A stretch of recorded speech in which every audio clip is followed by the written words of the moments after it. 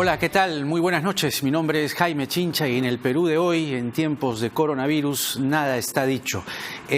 Ayer a la noche terminó la reunión entre representantes del Poder Ejecutivo, el señor Vicente Ceballos, el ministro de Justicia, también la ministra de Salud, con 4 bancadas.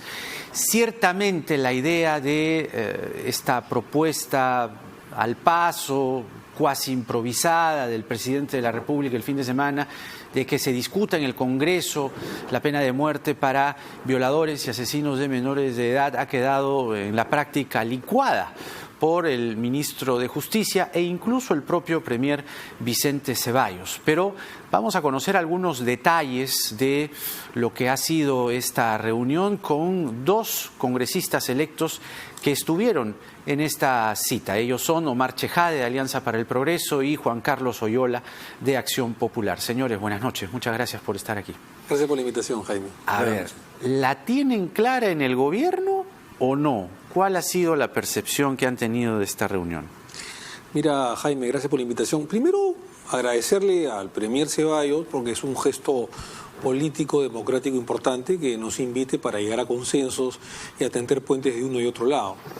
Pero es una opinión, digamos, personal, que creo que la mantuvo la bancada, digamos, incluso en la conversación que tuvimos ayer con los ministros de Estado, que no la tienen muy clara, ¿no? O sea, digamos, fueron discursos, informes, desde mi punto de vista, muy gaseosos, que no nos convencieron. Lo que no quiere decir que no le vayamos necesariamente a dar el voto de confianza, probablemente sí se lo demos, ¿no? Por la gobernabilidad, porque apuntamos a ello. Pero en verdad, en economía, la ministra de Economía salió a decir de que su intención era que Perú llegue al 5% de crecimiento del Producto Bruto Interno. No nos supo explicar cómo, de 2.3 pasaremos al 5%. En el tema del sector salud, la ministra dijo, Inostroza, no dijo absolutamente nada sobre el coronavirus, sobre el dengue, sobre la triple frontera, porque por ahí pasan muchos casos de coronavirus y de dengue. ¿No dijo nada sobre el coronavirus? No dijo nada, por lo menos que yo recuerde, poco o nada, Jaime, sobre el coronavirus. ¿Dengue? Nada. Yo no escuché absolutamente nada. Es más, el portavoz de mi bancada, Meléndez, llamó la atención de que se haya hablado prácticamente nada sobre esas enfermedades que son gravísimas en el país. Se hizo un recuento de que se está avanzando en capacitación, en implementación de equipos y que se va a ejecutar el presupuesto en los próximos meses en cuanto a obras, pero en verdad se habló muy poco. Y el ministro del Interior, la verdad que fue una lágrima, ¿no? Porque no hubo mea culpa de los incidentes de robo, bandas armadas, crimen organizado, que están azotando a la población, no solamente en Lima, sino también en el norte. Y en verdad que fue muy triste escuchar a un ministro del Interior con pocas luces, ¿no? En fin, y al final, el cerezo sobre la torta, porque además no hablaron nada de la pena de muerte, que tanto lo había hablado el presidente el fin de semana. Hubo una crítica prácticamente de todas las bancadas, Juan Carlos no me va a dejar mentir, y al final nos gustó que el premier responda a todas las inquietudes que tuvimos nosotros el día de ayer, cuando dijo de que él estaba en contra de la pena de muerte, que seguramente se lo malinterpretó al presidente de la República, y que en verdad la pena de muerte no era disuasivo y no solucionaba absolutamente nada. Eso fue lo que dijo el premier Ceballos. Por eso que el día de hoy los medios de comunicación han señalado de que mi primer ministro Ceballos aparentemente le habría enmendado la pena al propio presidente de la República. Por eso te digo, interesante el gesto político del Ejecutivo, del presidente de la República, que es la segunda vez que lo hace, del premier Ceballos, de los ministros de Estado, la disponibilidad, pero en verdad muy gaseosa y muy débil sus planteamientos el día de ayer. ¿Comparte esa misma percepción el congresista electo Juan Carlos Oyola? Dice el señor Chejade que el gobierno, de acuerdo a lo que él ha podido percibir, no la tiene clara. Sí, bueno, gracias por la invitación. Efectivamente, hemos asistido ayer a un acto protocolar en la que el primer ministro ha expuesto, básicamente, junto con los ministros que estuvieron presentes, los temas pendientes en el tema de, por ejemplo, los decretos de urgencia. Han fundamentado algunos ministros algunos decretos de urgencia que para ellos es importante que se aprueben. También han explicado someramente, como lo ha dicho Omar, el ministro del Interior, así como la ministra de Salud, que ha obviado efectivamente en comunicarnos básicamente lo que está haciendo el gobierno en el tema del coronavirus. ¿Pero no le preguntaron ustedes? Bueno, sí, cuando hemos intervenido le hemos dicho claramente cuál es la estrategia que tiene el gobierno para enfrentar el coronavirus en esta situación en la que nos encontramos. ¿Y qué respondió? Hay, por ejemplo, en los hospitales falta y escasez de jabón, de agua. Muchos hospitales están en mal estado. Pero cuando le plantearon ustedes eso, ¿qué respondió? No ha respondido, porque quien respondió fue al final el primer ministro, en algunos temas que se le han cuestionado. Entonces, la ministra ha tenido justamente el interés de explicar los decretos de urgencia, que para ellos es importante que este Congreso lo apruebe, y le hemos manifestado nosotros que hay muchos decretos que posiblemente vayan a ser aprobados, otros modificados, pero también hay algunos que tienen que ser derogados, ¿no? Sobre todo aquellos que lesionan los derechos laborales. El señor Chejade dice que probablemente sí le otorguen el voto de confianza, pese a estas inexactitudes, imprecisiones, asuntos aparentemente fuera de foco que el gobierno no tiene a la mano. ¿Ustedes están considerando también otorgarle el voto de confianza al gabinete Ceballos o lo están pensando? Bueno, yo creo que nosotros tenemos la buena voluntad, vamos a escuchar evidentemente al primer ministro. Nos hubiese gustado que este sea un gabinete renovado, nuevo, fresco, para poder empezar de nuevo justo con este Congreso. Hemos visto que hay cuestionamientos sobre algunos ministros, como el ministro de la Producción, el ministro de Transporte, la misma ministra de Energía, Minas y posiblemente también el ministro de Agricultura. De manera que creo que el gobierno debe proyectar una nueva imagen en este nuevo comienzo, con este nuevo Congreso, presentando una nueva cara. Sobre todo que es un gobierno que se dice lucha contra la corrupción, debe tener pues gente que realmente represente ello, ¿no? Ahora, dice usted que el gobierno está buscando o buscó en la reunión de ayer consensos. ¿En qué exactamente está buscando consensos? Imaginamos en la dichosa reforma política. No. ¿Sino en qué? No. Lo que pasa es que la reforma política ayer casi no se tocó porque ya esa fue una primera reunión, una primera etapa en la que discutíamos directamente con el presidente de la República hace un mes. Te acordarás que hace un mes llamó a las bancadas y fue el presidente que estuvo presente con el ministro Ceballos, el premier y con algunos ministros. Entonces el tema de la reforma política creo que, Juan Carlos creo que no me va a dejar mentir, estamos de acuerdo en los puntos básicos y más importantes con el Ejecutivo. Por lo tanto ayer se tocó un poco nada sobre el tema de reforma política porque eso ya se había tocado hace un mes. Pero lo que está buscando el gobierno, como ha dicho Juan Carlos esta noche muy bien, es que estemos en consensos en cuanto a los decretos de urgencia. O sea, no hace falta ser mago para saber que la reunión de anoche, de tarde-noche, que duró más de 4 horas y media, fue evidentemente una exposición sobre los decretos de urgencia y que de alguna manera el Congreso de la República avale los 68 o más decretos de urgencia que han sido aprobados en estos 5 meses. Y en ese aspecto nosotros hemos sido bastante claros. Hay algunos que seguramente van a pasar, muchos. Hay algunos que van a ser modificados y otros que van a ser derogados. Por ejemplo, el 014 y 016, que el día de ayer el Ejecutivo no dijo absolutamente nada, y que claramente dañan y vulneran los derechos colectivos, laborales, sindicales, tan reconocidos durante batallas históricas por parte de la población. Esos van a tener que ser derogados, no me cabe la menor duda, tanto el 014 como el 016. Otros van a tener que ser modificados. Entonces, el leitmotiv ayer del premier Ceballos y los ministros era: oiga, pues apóyennos con la aprobación de estos 68 decretos de urgencia y no nos deroguen ni nos modifiquen nada. O sea, apruébennos todo. Lo tengo clarísimo. Eso es uno, sí, claro. Y lo segundo, apruébennos todo. Y lo segundo es, no lo dijeron de esa manera, pero lo dieron a entender. Y lo segundo es el voto de confianza. Ojo, vamos a escucharlos. La intención es no obstaculizar, no obstruir. Hay un acuerdo por la gobernabilidad, tanto no solamente con Acción Popular, Alianza para el Progreso, Podemos Perú y Somos Perú, que vamos a integrar la mesa directiva, sino con todas las bancadas en general. Pero tampoco podemos ser tontos, ¿no? O sea, vamos a colaborar con ustedes. Nuestra intención es escucharlos y, según eso, darles el voto de confianza, el voto de investidura, pero hay que escucharlos. Porque, como bien dice Juan Carlos, si ellos no renuevan gabinete, si de alguna manera están provocando a la población, teniendo como ministras, por ejemplo, a la señora Vilca, del ministro del Interior, que no da pie en bola, Morán, con un ministro cuestionado como Lozada, que el día de ayer también estuvo presente, entre otros que están cuestionados, entonces habría que pensar el voto. Nuestra intención es la gobernabilidad. Nuestra intención es darle el voto de confianza, pero eso tiene un límite. Ya, pero para entender el planteamiento, está diciendo entonces usted que puede haber un cierto condicionamiento al voto de confianza en tanto algunos ministros sean removidos de sus carteras? Tiene que haber un refresco, digamos, ministerial, ¿no? Tiene que haber un mea culpa del gobierno que ayer no lo vimos. ¿Vilca, por ejemplo? Vilca, por ejemplo, yo creo que Morán, por ejemplo, creo que el tema de la ministra de Salud también está en entredicho, el tema del ministro Lozada, que ayer estuvo y que tiene, de verdad, menos de un mes, pero está sumamente cuestionado lo mismo. Hay otra ministra que también está cuestionada por temas no solamente administrativos, sino de corrupción, efectivamente la señora Barrios, y que no ha explicado coherentemente su situación, probablemente pase a juicio oral.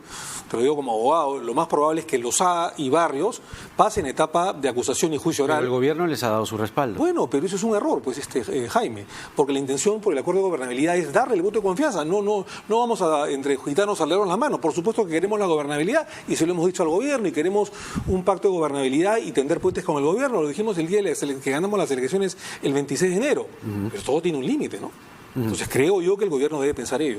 Entonces, a ver, ¿está usted de acuerdo también, señor Oyola, en este planteamiento de condicionar en cierto modo el voto de confianza al recambio de, le he contado a Omar Chejade, 5 carteras por lo menos en el gabinete? La señora Vilca, el señor Morán, la señora Inostroza, el señor Lozada y la señora Barrios. Mire, yo creo que estamos de acuerdo que el presidente de la República es quien decide, quien va finalmente a tomar la decisión si es que va a cambiar algunos ministros de su gabinete, pero para nosotros es importante que lo haga. Creo que es un gesto, ¿no?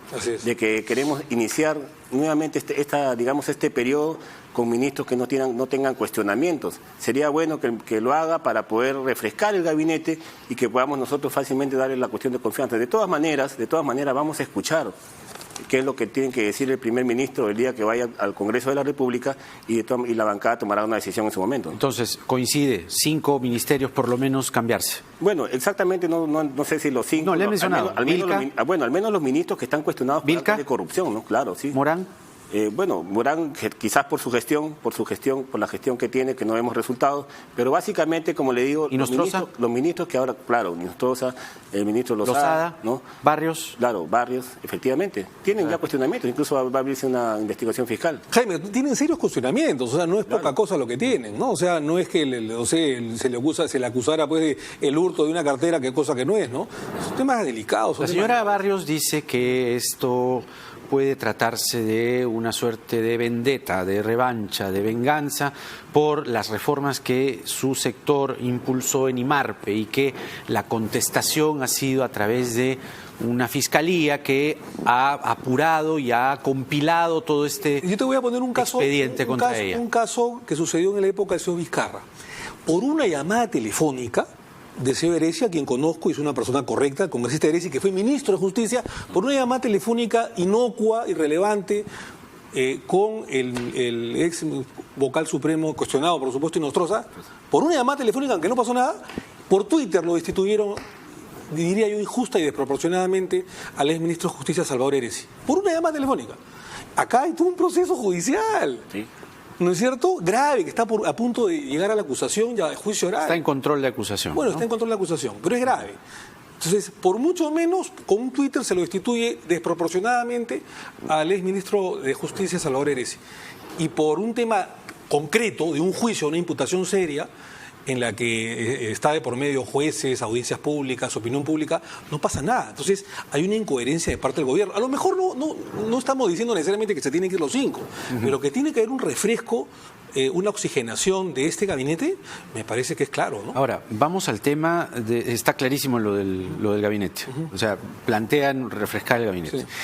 ¿Qué pasa con la reforma política? Que es otro asunto pendiente y que tiene algunas cosas, algunos ángulos que no se han terminado de aprobar. Así es. Por ejemplo, las primarias, por ejemplo, la paridad, por ejemplo, los 2 proyectos referidos a impedimentos de postulación, a inmunidad parlamentaria. Voto preferencial también. Queda una segunda votación, por lo menos en estos 2 últimos que he mencionado. Así es.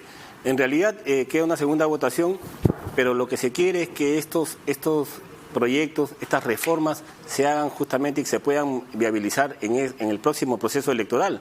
Y para ello tenemos que modificar el artículo 4 de la ley electoral y tenemos hasta el mes de abril. Por eso es también la urgencia de poder instalarnos y juramentar en el Congreso de la República para poder hacer de que estas reformas que queremos aplicar, queremos hacer, se puedan... ¿En eso hay consenso entre ustedes? Entiendo que en el acuerdo de gobernabilidad también están planteando posponer la dichosa fecha de vencimiento para hacer cambios a la ley electoral. Así es.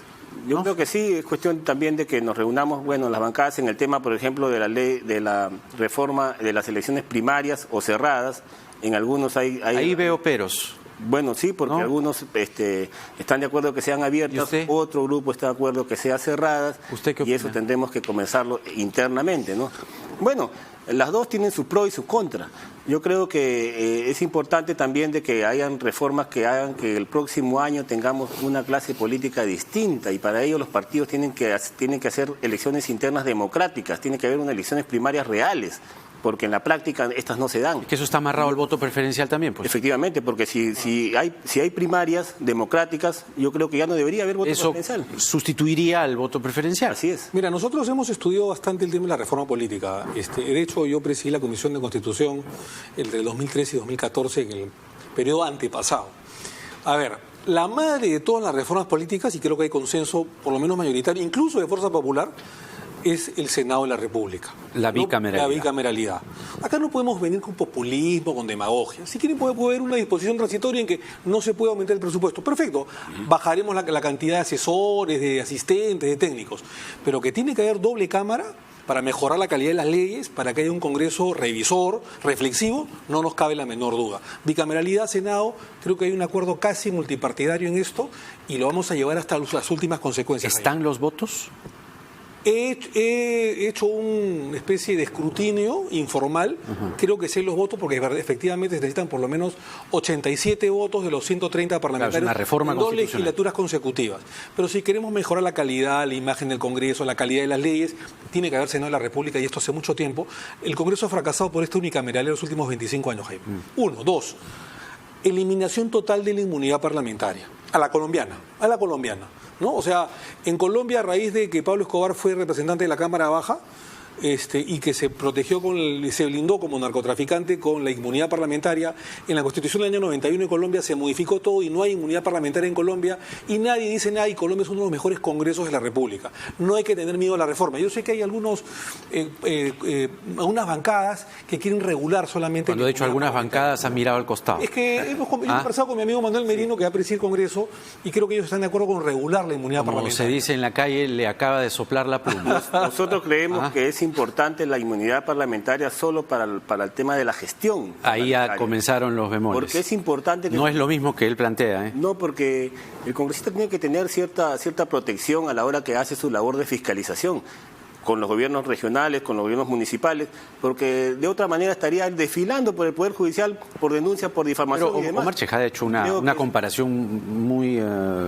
realista y hasta muy cercana, que es la colombiana. ¿Por qué no adaptar esa reforma? Vayamos a ver si el Congreso colombiano tiene una capacidad fiscalizadora eficiente. Tenemos que ver los resultados que ha ocurrido ahí. Yo creo que es importante que los congresistas tengan esta facultad, y lo que ha desnaturalizado la inmunidad parlamentaria... Omar Chejade dice que es uno de los mejores congresos que tiene América Latina. Sí, pero yo creo, miren, nosotros nos hemos reunido ya en la bancada, hemos tocado este tema. ¿Y qué dice? Es importante que se continúe con la inmunidad parlamentaria para los temas solamente de gestión, no para delitos comunes, como se ha hecho antes. Hemos analizado ya el tema y nos parece que es importante que sigamos manteniendo la inmunidad, como lo digo, solamente para el tema de gestión, para poder hacer nuestra labor de fiscalización con total libertad y también protección en el sentido de poder trabajar libremente, ¿no? Jaime, pero en una u otra estamos de acuerdo que hay que modificar la inmunidad parlamentaria. Tercero. Eliminación total. Pero en uno u otro sentido se va a modificar este blindaje de impunidad que hay de la impunidad parlamentaria el día de hoy. Tercero, nosotros estamos de acuerdo con lo que ya se aprobó, ojo, que es el tema de las elecciones primarias abiertas obligatorias, en los famosos pasos, ¿no? Es decir, que públicamente, como si fuera una elección general, se va a votar para pulir, digamos, lo que se denomina las primarias internas, en la que ahí sí habría voto preferencial, pero que ya no habría voto preferencial desde el año 21. Hay que, evidentemente... pero ahí quedó una cuestión a medias. Sí, pues, por eso es que hay que aprobar la ley taxativa de la eliminación del voto preferencial, que no es taxativo, se sobreentiende, pero no es taxativo. Por eso, pues hay que ponerlo por escrito. Correcto, por escrito.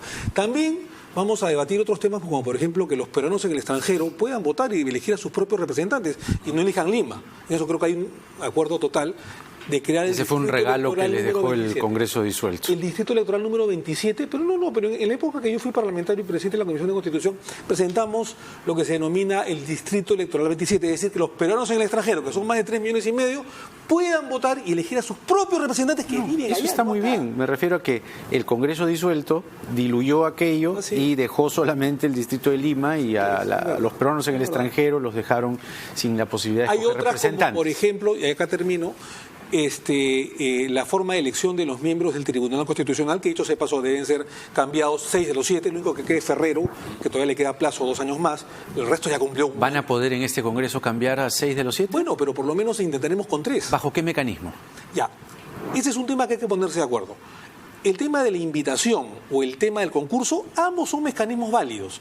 El tema es ver cuál es el más rápido y el cual... El problema no es ese, Jaime, el problema es la forma de elección.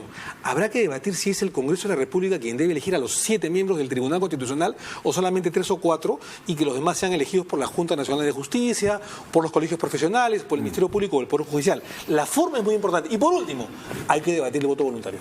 Ajá. Ahora, la mesa directiva. Entiendo que ya están ustedes seguros en cuanto a la elección de la mesa por esta alianza que ustedes han hecho, ¿no? Así es. Y lo que se ha criticado mucho es que es una lista muy masculina. Son acuerdos muy, digamos, con personajes más masculinos que femeninos. ¿Qué responde usted a esa, esa crítica válida, por cierto? Primero, que esta es una lista que responde a un acuerdo de gobernabilidad, ¿no? A una agenda país. No es una lista que responde a ganar las elecciones y poder presidir la mesa directiva. De manera que aquí ha habido un acuerdo entre los grupos parlamentarios, entre las bancadas de Alianza para el Progreso, Somos Perú, Podemos Perú, Acción Popular, para conformar una mesa directiva que tenga una agenda que vayamos nosotros construyendo y que le hayamos planteado ya justamente al país en una conferencia de prensa. Y creo que es fundamental que entienda el país de que aquí no se trata solamente de ganar una mesa, sino que tenemos una agenda que vamos a proyectar durante el año. Ahora, cada grupo político evidentemente va a poner ahí su vicepresidente, en este caso Acción Popular tiene a Manuel Merino, y bueno, elegirán pues a las personas que van a estar en la mesa, ¿no? Creo que ahí va a haber, creo que Podemos, una dama, creo que va a representar a la mujer. Ahora, no es masculina no solamente la lista, ¿no? 3-1, claro, Merino, Valdés, Aliaga y solamente la señora Cabrera. ¿Cómo responde a esas críticas? Mira, nosotros como partido político somos los que más hemos presentado candidatos mujeres. En Lima fueron 18 hombres y 18 mujeres. Y a nivel nacional 45% de mujeres y 55% de hombres. Quiere decir, en provincias, quiere decir de que nosotros, digamos, nos hemos anticipado a la ley. Que dicho sea de paso, Jaime, es otra de las reformas políticas. No podemos esperar el 2031 para la alternancia y para la paridad de género. Yo creo que habría que también en la Comisión de Constitución y en el Pleno votar para que estas reformas sean ya para el 21. ¿Por qué esperar hasta el 31? ¿Por qué hacerlo gradualmente 26 y 31? No, hay que hacerlo de una vez. Y es una de las prioridades que tiene Alianza para el Progreso. Pero, una vez más, tienen, digamos, aliados, por lo menos en este acuerdo de gobernabilidad, que no necesariamente piensan como usted. Entonces, me parece muy bien que usted diga, caramba, la paridad y la alternancia, pero digamos que los socios no están muy de acuerdo. Yo creo que sí, hay que debatirlo, Jaime, todavía no nos hemos sentado en la mesa, todavía no hemos jurado, todavía no nos hemos sentado en nuestras curules o escaños. Ya habrá tiempo para debatirlo en las próximas semanas, que espero que la juramentación no pase el día lunes, ¿no? Porque la verdad que está demorando demasiado. Y es cierto que hay que modificar el artículo 4 de la Ley Orgánica de Elecciones para que tengamos más tiempo para las reformas políticas electorales y que se vencen el 10 de abril, ojo. Eso es pues, Eso es lo que estábamos conversando, el tema del plazo. El Congreso de la República acaba de emitir un tuit, entiendo, la Comisión Permanente. Exhortamos a los medios de comunicación en un asunto de alta sensibilidad, son tiempos de coronavirus, a no especular sobre la salud de los trabajadores del Congreso que tienen derecho a la protección de su intimidad personal y familiar y esperar la información oficial del Ministerio de Salud. Dice que el Congreso está adoptando una serie de medidas de prevención con el fin de evitar el contagio del coronavirus. Y dicen más, que hasta el momento no se ha reportado oficialmente ningún caso de coronavirus en el Congreso de la República. ¿Qué pasa ahí? Salió otra cosa, el día de hoy, hace un par de horas o 3 horas, salió de que una funcionaria, no dijeron el nombre, estaba en su casa en una especie de cuarentena porque aparentemente incondicional tendría coronavirus y que se está haciendo los chequeos respectivos. Pero no se ha dicho más. Los medios de comunicación han hablado sobre esto, no nosotros. Caramba, inquietante, ¿no? Esta situación que... Ahora, hablando del tema del coronavirus, el Ministerio de Educación está evaluando la posibilidad de una postergación en las clases. ¿Creen que se debe adoptar esta medida ya firmemente o preferiblemente esperar? Bueno, creo que no es necesario todavía tomar una acción como esa. En tanto, nosotros tenemos conocimiento que hasta ahorita hay 11 casos, pero que todavía no configura, digamos, un peligro para que pueda haber una epidemia que pueda ocasionar, digamos, daños a la población escolar, ¿no?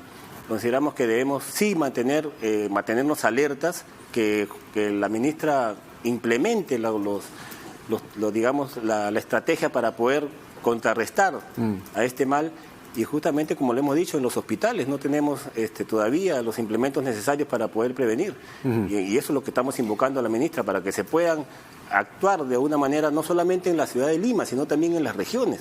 Nosotros vamos a regresar a nuestras regiones, vamos también a hacer una inspección en los diferentes hospitales, en los colegios, para ver pues que hayan las previsiones del caso y no ocurran tragedias como la que podemos tener, ¿no? Yo finalmente creo, Jaime, que se debería esperar. Y yo creo que el coronavirus hay que tener cuidado, pero más grave que el coronavirus es el dengue, ¿no es cierto? Y hay otras enfermedades. El dengue ya está matando. Guillain-Barré, en fin, que son... Mira, en China, que hay 87.000 casos de infectados, la incidencia es la siguiente, que las personas que tienen de 50 años para menos, hasta 50 años, la incidencia mortalidad es apenas 1%. 1%. De 50 a 70 sube a 5%. Y de 80 hacia adelante creo que es 14-15%. Lo que quiere decir que las personas que tienen defensas bajas, o los muy bebés o muy criaturas, o las personas de mucha edad, de la tercera edad o cuarta edad, son las personas que tienen mayor incidencia en mortalidad. Y hay un tema que no estamos incidiendo, no quiero ser pinchaglobos con esto, es el tema del agua.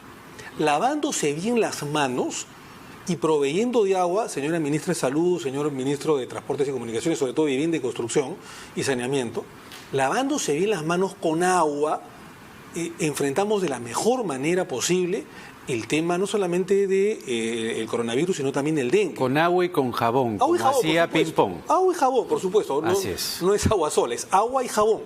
Por lo tanto, creo yo que no habría que alarmar más a la población y felizmente nos agarra a nosotros, América del Sur, el coronavirus en verano.